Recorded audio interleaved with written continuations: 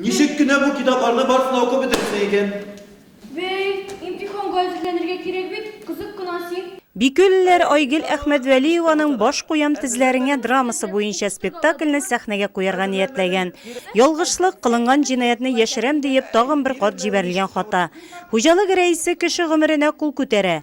Кылган җинаятны 1 ел дәвамында танымый. Ахыр чиктә намусы уяна һәм үзен үзе фаш итә. Нәтиҗәдә рәиснең әнисе акылдан шаша. Спектакльдә кешелеклелек, намус, гаделлек кебек сыйфатлар күтәрелә. Мәхәббәт темасы да мәңгелек.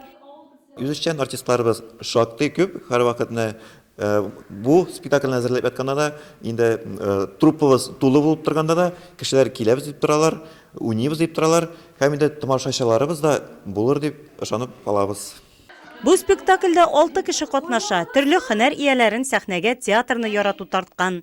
Труппада иң өлкәне Гөлсәрия Вәлиуллина. 40 елдан артык сәхнәдә ул. Режиссер уйнарга чакыргач каршы килмәгән. Әле оныгы Лилияне дә катнашырга күндергән. Гөлсәрия ханымга моңа кадәр гел көлкеле рольләрне уйнарга туры килсә, бу спектакльдә аңа күпне күргән ана образын ачып бирергә туры килә. Бу спектакльдә миңа 90 яшьлек ак әби роле бирелде. Ул әби инде бик җир суны, авыл җирен, үзенең торган җирен бик ярата торган һәм яшьләргә шушы нигезләрен таратмый торган, гел киңәшләр бирә торган ак әби. Бу роль миңа шундый җиңел, чөнки ул безнең һәр тормышның һәр көндә шушылай башланган шикелле.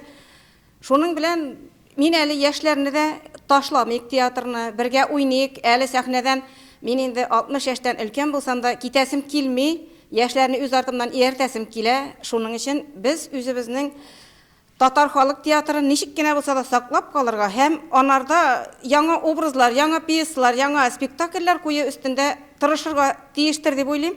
Еллар дәвамында килгән традиция саклана Бикүледә. Спектакльдә катнашырга теләк белдерүчеләр шактый.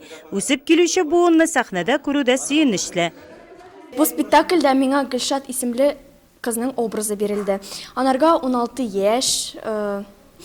Бу образ миңа туры килә минем яшемә. И миңа бу образ бик ошый. Чөнки ул бик кызык, шундый кызыкчан, шундый шаярырга бик ярата. Бикүле театры Татарстан Республикасы атказанган мәдәният хезмәткәре Гомәр Ибрахимов исеме белән бәйле. Бу бинаның сәхнәсендә ул җитәкләгән чорда дистәләрчә спектакльләр куела, театрга халык исеме бирелә. Мәдәният учагының иң гөрләп торган чагы Гомәр Ибрахимов җитәкләгән елларга туры килә. Бикүле театрынан нигез 1924 елда салына һәм 1943 елга кадәр театр бик актив эшли. 50 елларга кадәр бераз гына ул сүрелеп тора. 1974 елдан алып театрның исеме Гомәр Ибрахимов белән бәйле. Татарстан Республикасының атказанган мәдәният хезмәткәре Гомәр Ибрахимовның Бикүле халык театрына керткән өлеше бик зур. Нәкъ менә ул җитәкләгән театр 1979 елда халык театры исеменнән лайык була. Бүгенге көндә дә Бикүле халык театры яши, үзенең спектакльләре белән тамашачысын сөендерә. Яңа спектакльгә иң беренче булып авыл халкы бәя бирәчәк. Режиссер Илшат Гайсис сүзләренә караганда, тирә-як авылларда яшәүчеләрнең дә карау мөмкинлеге булачак.